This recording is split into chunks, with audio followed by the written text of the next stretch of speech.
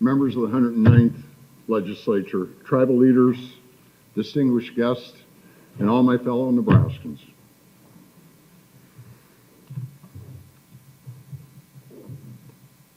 One year ago,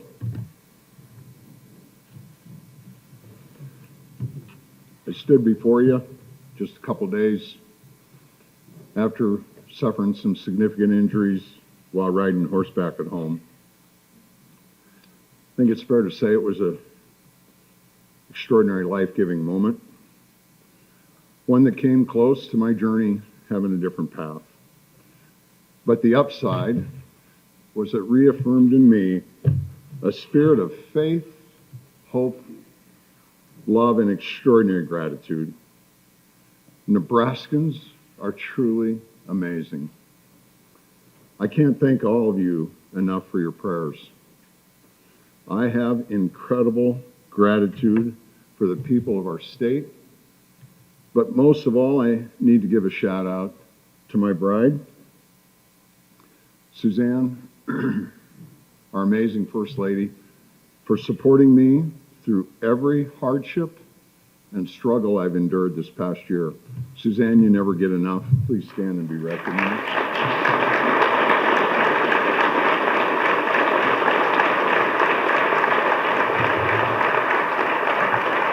Thank you.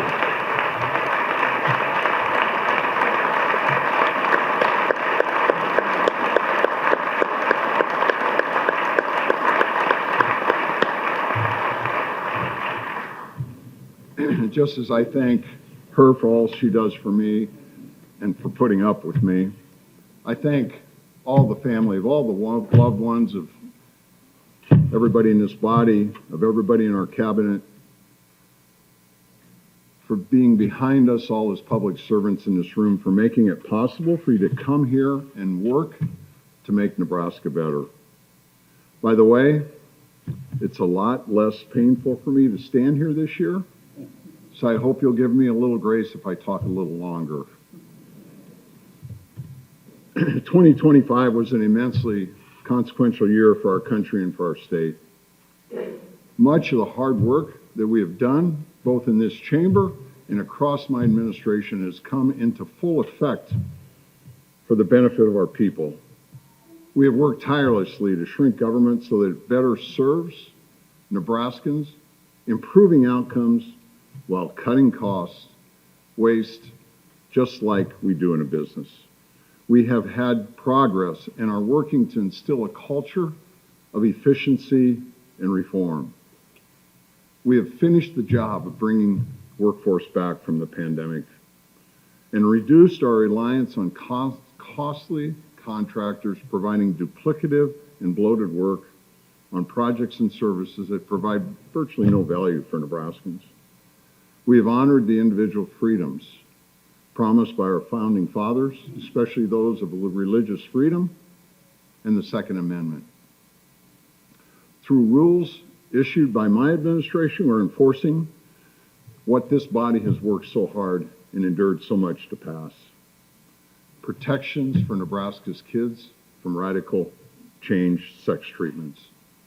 Today, because of the massive victories I stood with in the pro-life community to achieve and enshrine in our Constitution, more babies in this state are being saved and protected from the tragedy of abortions than at any time since Roe versus Wade.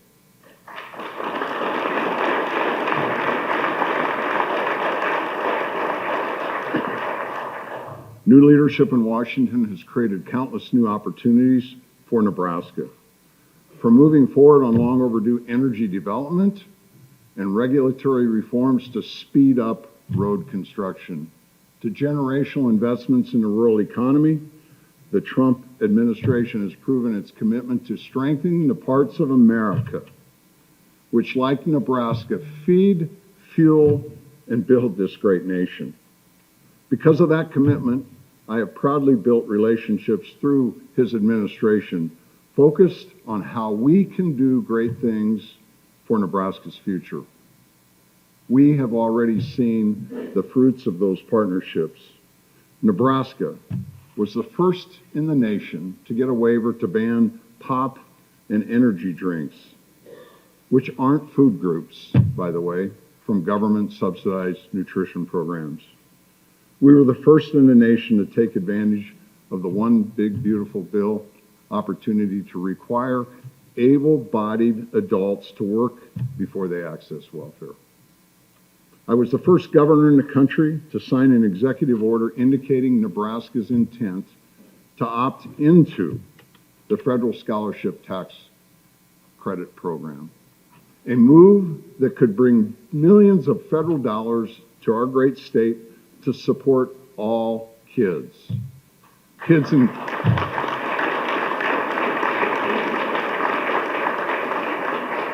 And just so that we get that straight, it's kids in public education, it's kids in private education, it's kids that are being homeschooled. We working together to get that message out is a game changer for our state and most importantly for our kids. And most recently, we're in the top 10 states for federal investments from the groundbreaking Rural Health Transformation Program. We received over $218 million for 2026 alone. We have 4 more years to go, and we're just getting started. This stuff is a win-win for Nebraska and a win-win for America. Our partnerships with President Trump and his cabinet are also keeping Nebraskans and families around our country safe. Because of our shared commitment to border security and immigration enforcement, Nebraska became one of the first states in the nation to establish an ICE detention facility to help get criminal, illegal aliens off of our streets. We have a simple message. Nebraska is proud to be doing our part to get the border secure and to protect America's kids from criminals, from trafficking people, from gang violence, and the drugs like fentanyl and meth. The need for going after these criminal illegal aliens could not be more clear than today. Right here in Nebraska, just a few weeks ago, we have seen several examples of the danger these individuals are creating and the cartel terrorists and the criminal organizations they support and the threats they pose to our country and our communities. One recent incident in Omaha demonstrated not only their danger, but also showcased the great risks that our men and women in blue face every day, every time they put their uniform on. On December 3rd, a convicted felon and El Salvadorian national in our country illegally was being hunted by the Omaha Police Gang Unit after this person shot an innocent man in a grocery store. They followed him to a gas station in a different part of town, confronted him in a restroom. After the officers ordered him to surrender, he came out of a stall, guns blazing, shooting, hitting 3 police officers. This criminal met his end in that gas station restroom. And only by the grace of God, none of the officers were killed. We have with us today the 6 officers from the great Omaha Police Department who bravely confronted that criminal. In the left side of me, in the back, Detective Jordan Brandt, Detective Christopher Brown, Detective Kyle Graber, Sergeant Jonathan Holtrup, Sergeant Emilio Luna, and Detective Brock Ringel. These men present all the brave. Please give it up.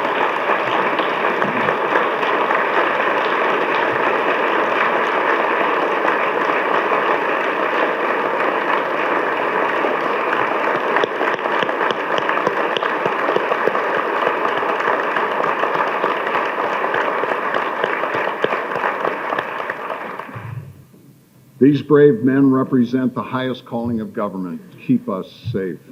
I don't know about you, that was a heck of a goosebump moment for me.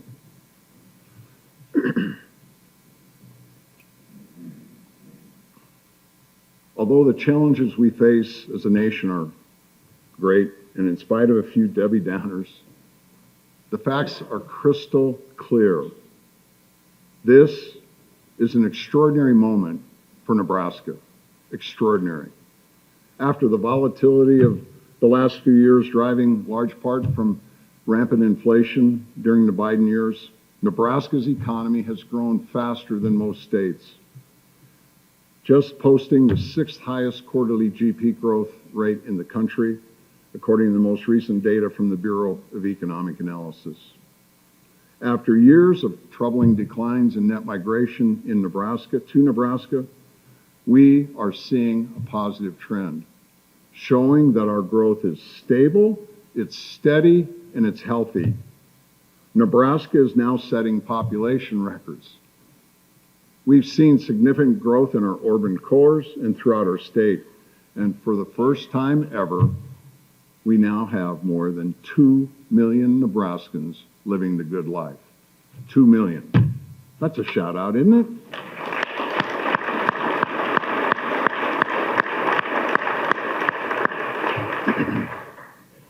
Our economy is incredibly broad, led by agriculture, banking, manufacturing, healthcare, construction, and insurance. We in Nebraska, our economy remains recession-proof. We can bet the farm that Nebraska's primed to grow. Our ethanol industry has been championed by the Trump administration as playing a key role in American energy dominance and security. Today, we can proudly say Nebraska ethanol is #1 in America.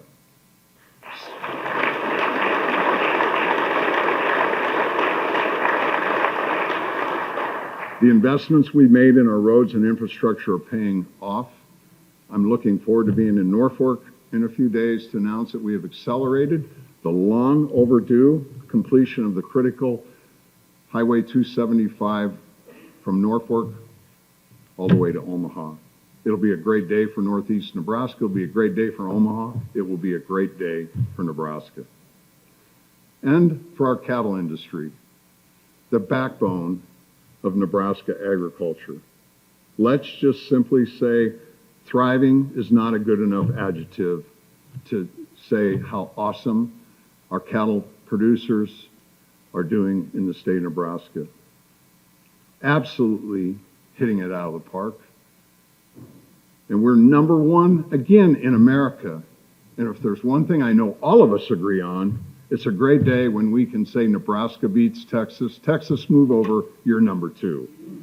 Right?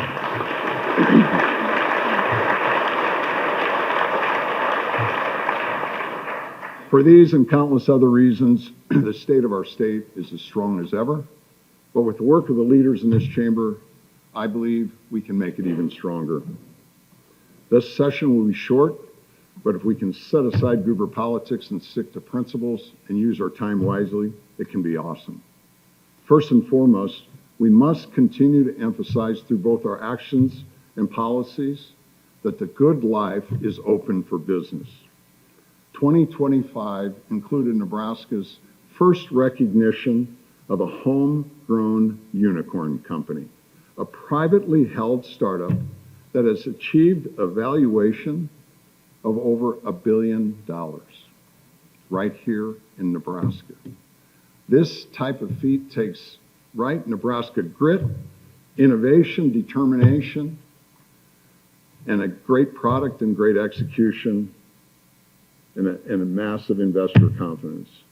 The team behind Company Cam, founded by the Hanson family, who runs a Lincoln roofing company, that needed a better process to document their job sites.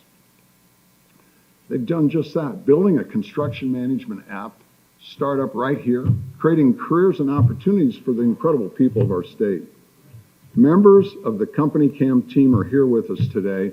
Please stand to be recognized, and I ask you to join me in congratulating Nebraskans for success hitting it out of the park. Cam team, there you are. Thanks, guys.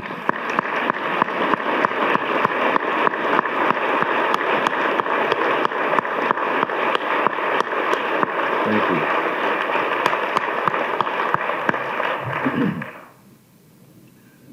There are countless other examples across our great state who have just work hard building success in our communities.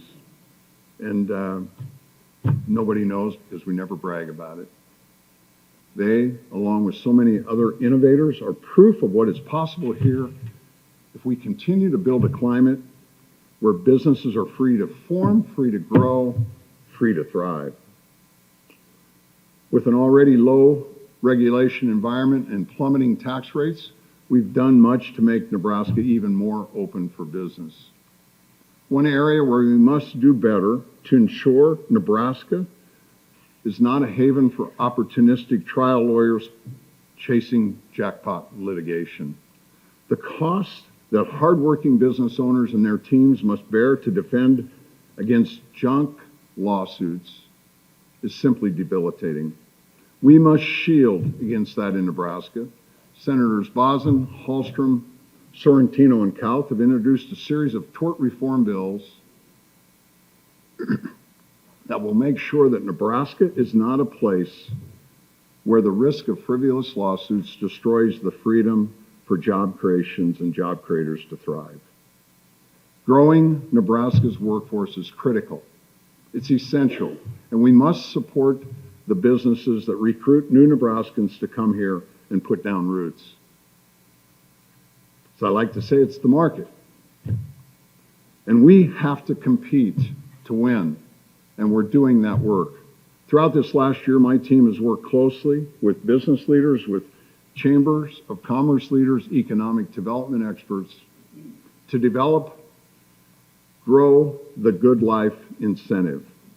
Grow the Good Life Incentive, which will provide significant tax credits to businesses of all sizes that grow their businesses and bring new high-paying careers here to Nebraska.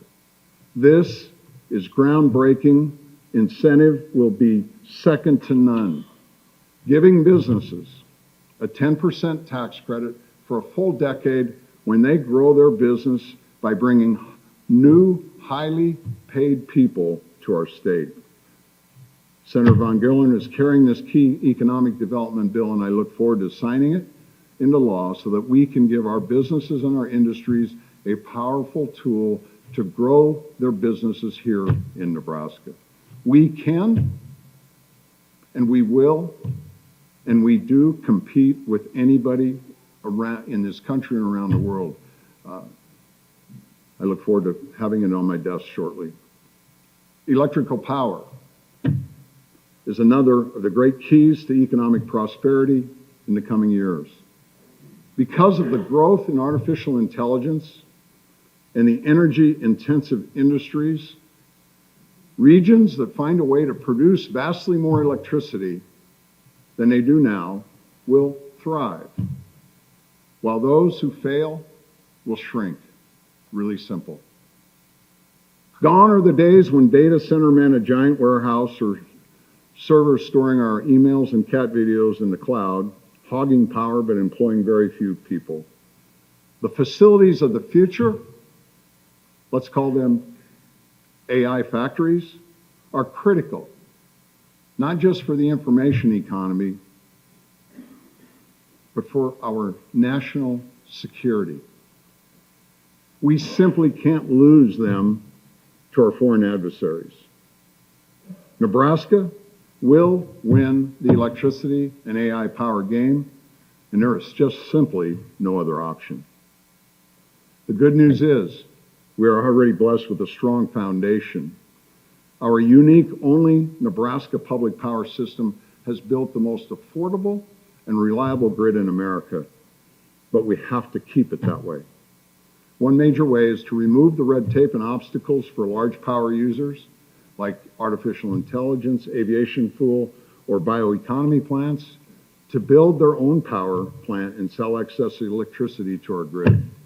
This behind the meter generation is important, and with a very small twist, modest changes in our public power laws, we can make it possible here in Nebraska now. Senator DeKay is carrying a bill to make this happen, and I thank the senator for helping us to power our economy going forward. We must continue our work to reduce the tax burdens for Nebraska, whether they live in Omaha or Ogallala. Our tax policy is simply broken. We have to come together to fix it. We have made some progress, from delivering the largest tax cut in state history, to capping local tax collections, to making property tax accessible to all, not just those that can afford pricey accountants and attorneys. We stopped the disgrace of taxing our senior citizens on Social Security income, for crying out loud. And we removed community colleges from the property tax rolls in order to strengthen our great community college system. But the work is far from complete, and the people of this state expect this of us, to continue working to fix the property tax crisis. I believe tax cuts work. I believe they give Nebraska families and small businesses a boost. Unfortunately, over the past 4 decades plus, much of what Nebraskans has done is create carve-outs, subsidies, loopholes, and exemptions. What we thought was a tax cut was a tax shift. To truly deliver a real and durable tax cut, we must simply deliver an equal decrease in government spend. This legislature has the opportunity to lead reform efforts and join me in passing a budget that delivers lasting and transformative tax relief to Nebraskans, our homeowners, our farmers, and our ranchers. I have proposed, and Speaker Arch has introduced on my behalf, a budget that does just that. It does so by cutting spending, saying no. From streamlining welfare programs to smartly aligning our correctional facility resources to meet our current population needs, we are delving into parts of the state's budget and shining the light in unprecedented ways. The result of this budget will mean a $500 million improvement to the state's bottom line in this biennium.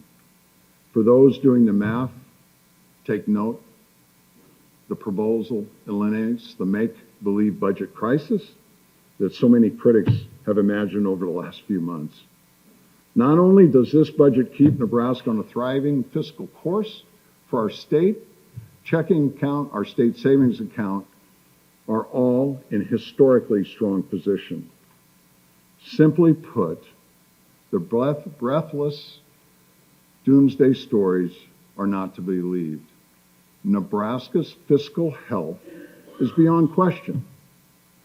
The state of Nebraska today has a general fund reserve of nearly $2 billion and the highest credit rating in our history. Maybe I think I ought to re-say that. We have a nearly $2 billion in the bank and our highest credit rating ever. All of us in business understand that.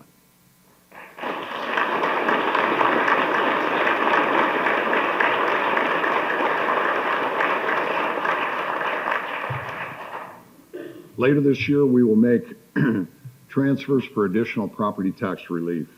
And even after that, we're still over $1.3 billion in unobligated reserves.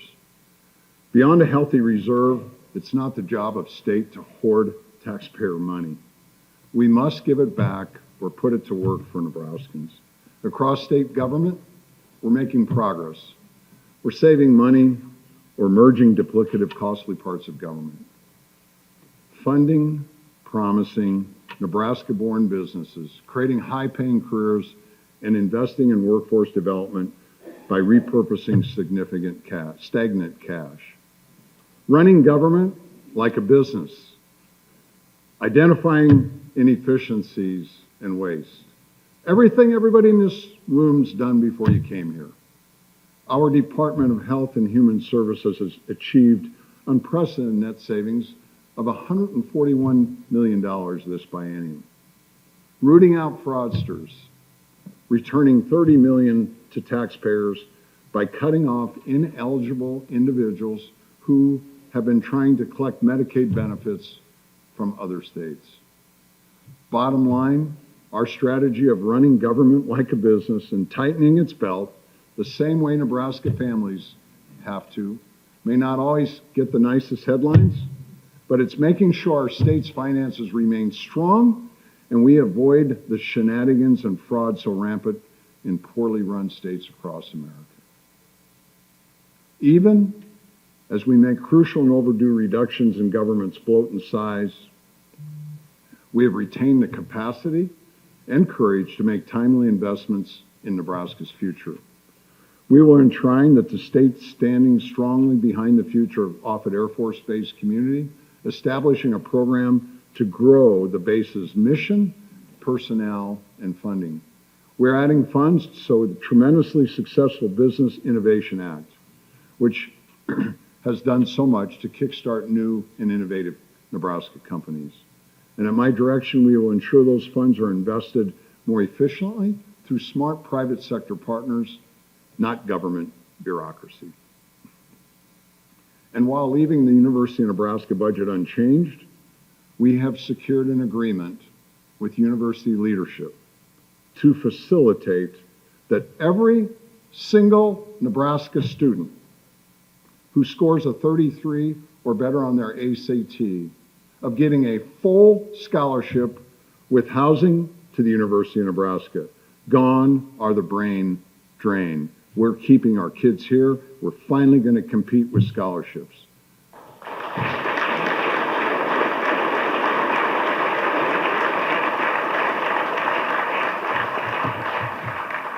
There's much to cut in state government, and the work will not be done in just one or even a couple budget cycles.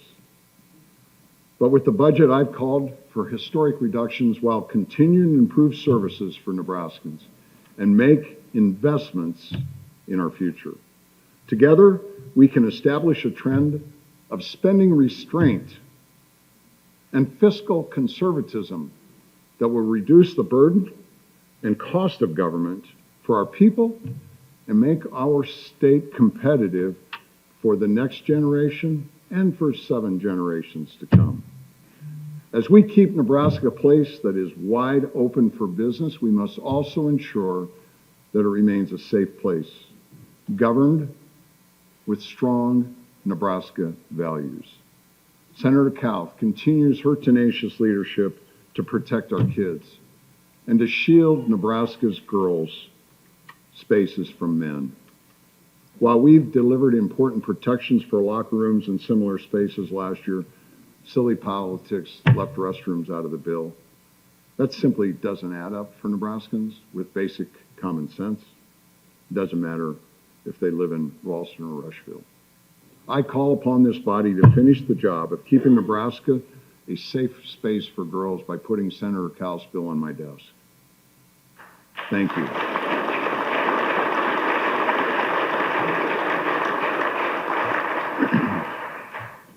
We must also ensure Nebraska's public institutions of higher education remain places of hard research, learning, academic success, not woke political laboratories. We need to focus on who we are. Last time I checked, we are Nebraska, not a woke ivory tower on the coast. How destructive would it be if our great University of Nebraska followed the same path that so-called elite coastal schools have, embracing pronoun culture, DEI discrimination, anti-Semitism, and radical critical race theory invasion into their curriculum. To these misguided students and families who actually want that for their money, other places work. Nebraska's higher education system should be a model of true academic freedom, rigor, and race blindness. It should be governed by the same principles that have made this state great, and by doing so, it will be a beacon to kids across the country that will want to come to a place truly devoted to higher learning. Kids like Maya Rourke, who is with us today in the balcony. Maya came to the University of Nebraska simply wanting a hard education, not political indoctrination or to be shamed for her beliefs or values. She has had the courage to speak up, which is no small feat when you're a college sophomore. And her example has been an extraordinary inspiration to me. To do more to protect our kids here on our campuses. Maya, please stand. Maya, please be recognized for your incredible courage in doing what's right. Thank you.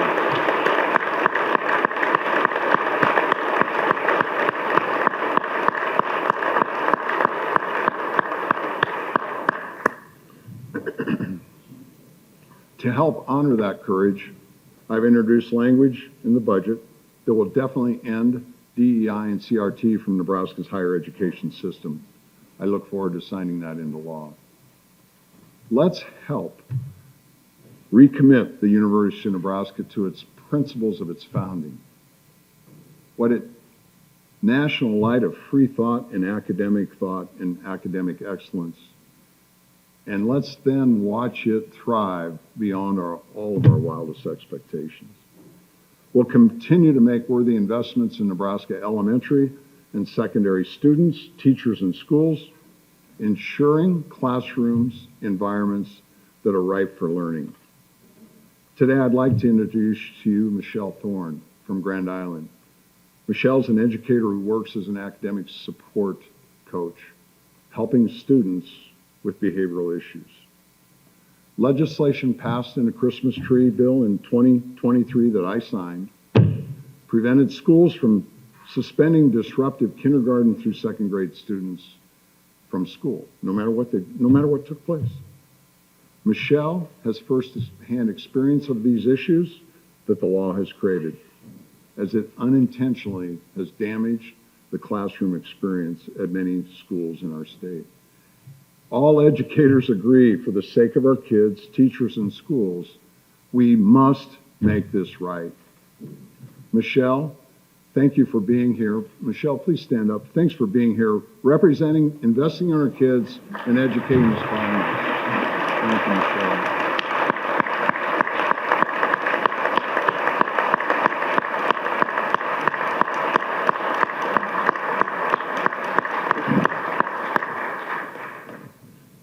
You know, for the record, taking care of our kids better be bipartisan. Recognizing a teacher better be bipartisan.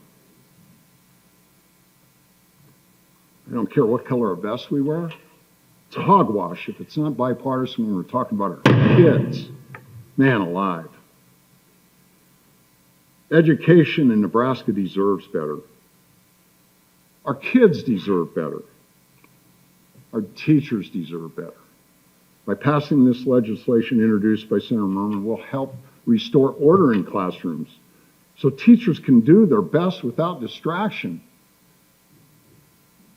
This legislation, even with a short window of time, must seize the opportunity to accomplish other priorities as well. Senator Jacobson's Ag Data Privacy Bill has been the subject of tremendous collaboration and work over the interim, and its passage will ensure that in an age of information, where data is everything in Nebraska farmers and livestock producers, that they stay in firm control of their most valuable asset. The data about what they grow, what they plant, when and how they fertilize, how much they irrigate, and all the other work that goes into helping feed the world. I believe that Nebraska family farmers own that data, and we're going to defend our producers from any misguided entities that have other ideas. After a year in which acts of anti-Semitism served nationwide, making sure acts are not only enforceable as a discrimination, but reported by the governing bodies of our educational institutions is critical to ensure Nebraska remains a good life for our strong Jewish community in Nebraska. Senator Hardin's LB 538 would align Nebraska with many other states by adopting a strong anti-Semitism definition policy and enjoys strong bipartisan support in this body. I ask you to send it to my desk without delay. Thank you.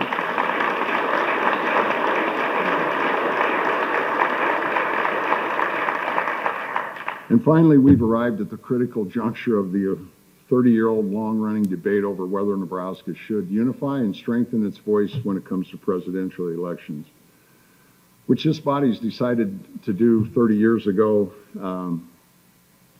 I've favored restoring the law to award our electoral college votes to the candidate who gets the most votes.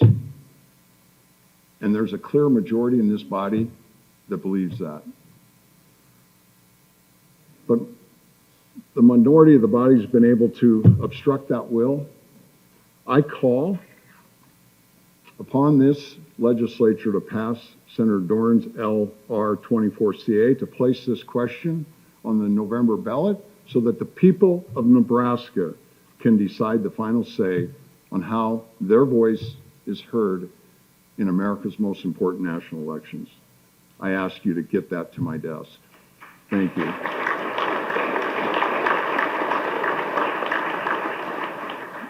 In 2025, we celebrated 80 years of victory with the Nebraska's World War II veterans. What an incredible privilege for me to get to give so many medallions out to our greatest generation. Every medallion we gave out to veterans across the state was a thank you on behalf of Nebraska for their service, and to make sure it's a sharp reminder for our families and all of us of the extraordinary sacrifice it takes to keep our country free. Last month,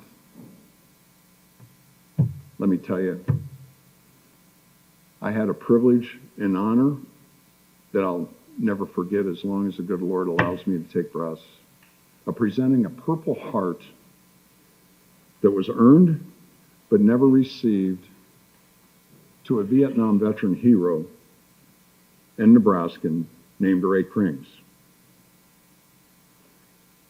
I've known their family for an extended period of time, so it makes it really, really close to my heart. 5 decades ago, Ray graduated in 1967, was drafted to the Vietnam War, and as a member of the United States Army in Vietnam, Ray was severely injured during a surprise middle of the night attack by North Vietnam soldiers. An explosion in his bunker pinned him underneath rubble, ultimately leading to the loss of both of his legs. Guess what?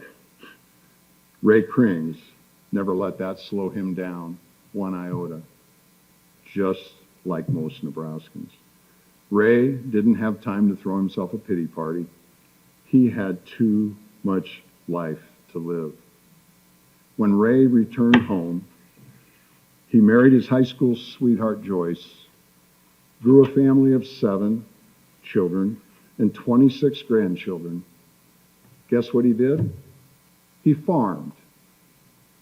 He's recently retired. Everybody in the neighborhood was happy Ray retired because he was the best farmer in the neighborhood. His story is incredibly inspiring. Unbelievably Nebraskan. Ray never asked anybody for anything. He figured out how to get himself up into a tractor long before there were any special stuff. Ray is a shining light of Nebraska's can-do attitude. An attitude that all of us here and the state need to remember as we go through every day. Unity is indeed an important theme as we embark on 2026. 2017, we celebrated 150th year of statehood, and this year America celebrates our 250th year as a nation. What a quarter of millennium it's been for our country. We're so blessed to live where we are. Our nation was blessed with extraordinary founding fathers. guided by Providence, and created a federal system of self-governance on one of the most brilliant, absolutely brilliant constitutional documents ever enacted by human beings. Everything we have achieved as a republic, every challenge or flaw we've overcome, has been possible because of the amazing document and the generations of leaders which have honored it and given its words meaning and force. At the center of all this system are the states. We, the states, are the grassroots of democracy. How lucky are we all to be here at the 250th birthday of our country, to be the stewards